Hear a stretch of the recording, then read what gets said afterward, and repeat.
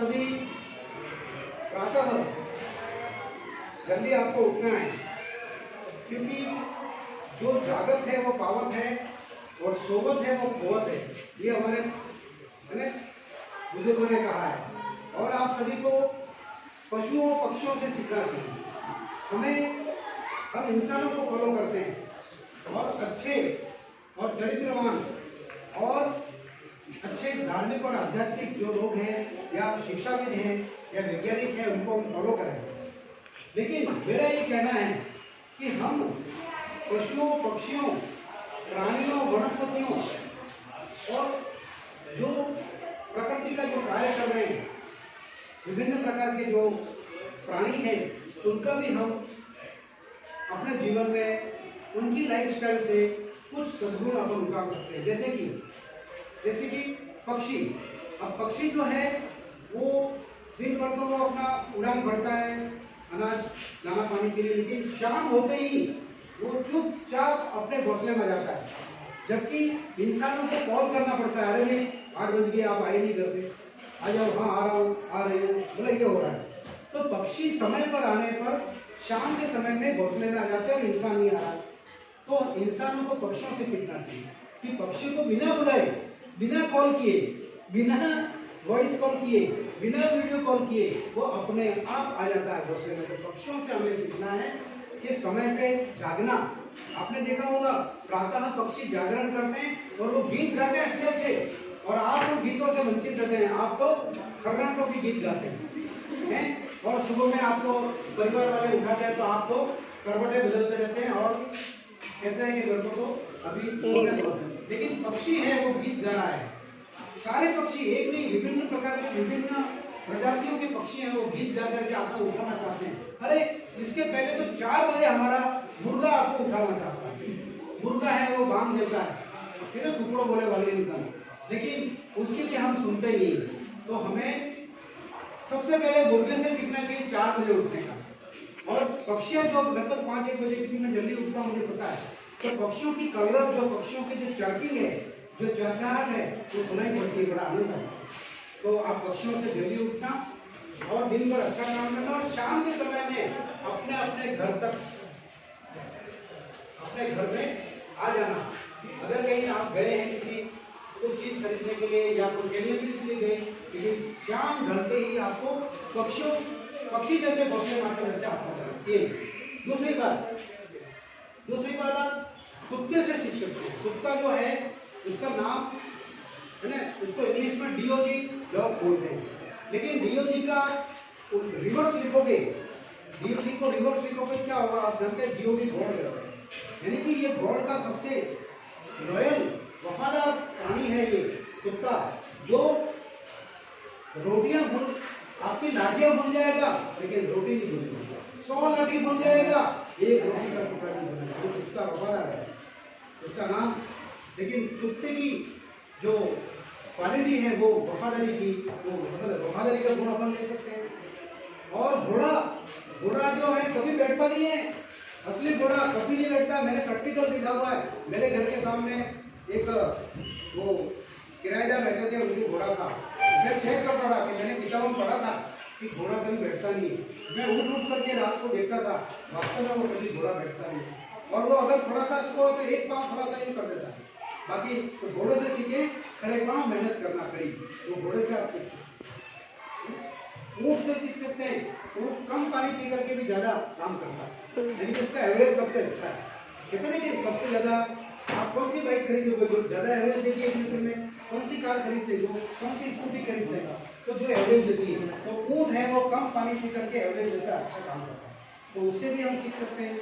अच्छा, मोर है, मोर से भी हम सीख सकते हैं। मोर जो है वो हमारा बहुत सुंदर पक्षी है और राष्ट्रीय पक्षी भी है वो। और मोर की विशेषता है, आमतौर पे मेल और फीमेल, तो फीमेल खूबसूरत होते हैं आमतौर पे, लेकिन यहाँ उल्टा है कि मोर मेल होने के बावजूद भी, नर होने के बावजूद भी खूबसूरत है। ये इसकी विशेषता है। और मोर बड़ा शर्मीली प्रकृति का होता है और वो बहुत ही पवित्र पक्षी है, भगवान श्री कृष्ण का प्यारा पक्षी है। और भगवान श्री कृष्ण उस मोर के पंख को अपने मुकुट के रूप में धारण करते हैं। तो मोर के समान हम बिल्कुल संस्कारवान बने और चरित्रवान बने और मोर के समान हम अपना व्यक्तित्व सुंदर बनाएं, तो वो हम शिक्षा ले सकते हैं। इसके अलावा आप देख सकते हैं कि जो विभिन्न प्रकार के पौधे हैं, पेड़ पौधे, ये पेड़ पौधे आपको शिक्षा देते हैं। जैसे पेड़ होता है वो खड़ा ही रहता है, जमीन पे खड़ा रहता है, चाहे कितनी सी भी धूप हो, चाहे कितनी सी भी सर्दी हो, चाहे कितनी वर्षा गिरे, वो पेड़ अपनी जगह खड़ा है। तो पेड़ से हम सीख सकते हैं कि सर्दी, गर्मी, वर्षा, धूप, धूल, धुआं वो सहन करता है पेड़। तो हम भी अपनी जिंदगी के अंदर थोड़े बहुत कष्ट, थोड़ी बहुत तकलीफें, थोड़ी परेशानियां, थोड़ा सा स्ट्रेस, थोड़ी सी टेंशन, उनको हम सहन करना सीखें। और फिर एक बात और है कि पेड़ है वो फल, फूल और जड़ी बूटी ये हमको देता है और ऑक्सीजन देता है। तो हम भी पेड़ से शिक्षा ले सकते हैं कि हमको देना सीखें, हमें कुछ देना सीखना चाहिए। हम लेना ही लेना सीख रहे हैं तो देना सीखें। और अभी आपको पता है वृक्षारोपण का कार्य चल रहा है, ईच वन प्लांट वन, ये प्लान है। जितने स्टूडेंट्स हैं वो एक एक विद्यार्थी पाँच अभी तो पाँच जो है पाँच पेड़ उगाएगा अपने जहाँ भी जमीन है उसकी, वहाँ पर 5 उगाएगा, उसका फोटो खींचेगा, है ना, और वो फोटो है वो ग्रुप में डालेंगे। ये हम जा रहे हैं, ठीक है, समझ में आता है। और तो पेड़ पौधों से हम देना सीखें, उपयोगी बनना सीखें। और पेड़ है, कहते हैं कि वृक्ष कबहु न फल बके, नदी न संचे नीर, परमारथ के कारण साधु भरा शरीर। वृक्ष कभी फल नहीं खाता है ना, और नदी कभी अपना जल खुद नहीं पीती है, वो बहता रहता है। तो परमारथ के कारण साधु धरा शरीर। ये सज्जन पुरुषों, ये प्रकृति परमात्मा ने जो अपने को शरीर दिया है वो परमार्थ करने के लिए, दूसरों की सेवा करने के लिए हमको दिया है। दूसरे को भोजन, पैसे को पानी, किसी को मार्ग बताना और बड़े बुजुर्गों की कोई मदद करना, उनको हेल्प करना, अपने पेरेंट्स की मदद करना, तो ग्रैंड पेरेंट्स की मदद करना, बहुत कुछ कर सकते हैं। और हम मानव हैं, हमारे पास मन की शक्ति है, उस मन की शक्ति से हम प्रार्थना कर सकते हैं और प्रार्थना में बड़ी ताकत है। आपको पता है ना, प्रार्थना में बड़ी ताकत है। तो हम प्रार्थना करें किसके लिए? विश्व मंगल, पूरे संसार में सुख, शांति, समृद्धि, भाईचारा, आरोग्य बना रहे और सब जगह मालिक परमात्मा की कृपा बरसती रहे और सब जगह पशुओं, पक्षियों, प्राणियों, वनस्पतियों, किसानों और इंसानों के लिए भगवान के, प्रकृति परमात्मा के अनंत जल भंडार में से भरपूर जल वर्षा होती रहे, ऐसी प्रार्थना कर सकते हैं। हमारे पास सबसे बड़ी शक्ति है प्रार्थना की शक्ति, जो अन्य प्राणियों से हम थोड़ी सी भिन्न श्रेष्ठ इसलिए माने गए हैं कि प्रकृति परमात्मा की सर्वश्रेष्ठ रचना क्या है? मनुष्य है। और हमारे पास मन की शक्ति है, उस मन की शक्ति से दूसरों का भला सोचें, हम प्रार्थना करें और इस तरह से हम जिंदगी में आगे बढ़ सकें। और पेड़ पौधों से हम देना सीखें, उपयोगी बनना सीखें। तो मेरा यही कहना है कि हम प्रकृति की एक एक चीज, पशु, पक्षी, प्राणी, पेड़ पौधे, वनस्पति, इनसे हम सीखें और जिंदगी को हम खूबसूरत एक अच्छा बना सकते हैं। क्योंकि हर कोई चाहता है, हर माता पिता चाहते हैं कि हमारा बेटा या बेटी अच्छा हो जाए, वो जिंदगी इसकी अच्छी बने, वो संस्कारवान बने, वो चरित्रवान बने, उसका करियर अच्छा बने। लेकिन कब बनेगा? जब आप खुद अपने आप को सुधारेंगे, आपका सॉफ्टवेयर जब अपडेट करेंगे, अपग्रेड करेंगे, तभी आप खुद सुधर पाएंगे। खुद को सुधरने के लिए बाहर से आपको प्रेरणा जरूर मिलेगी।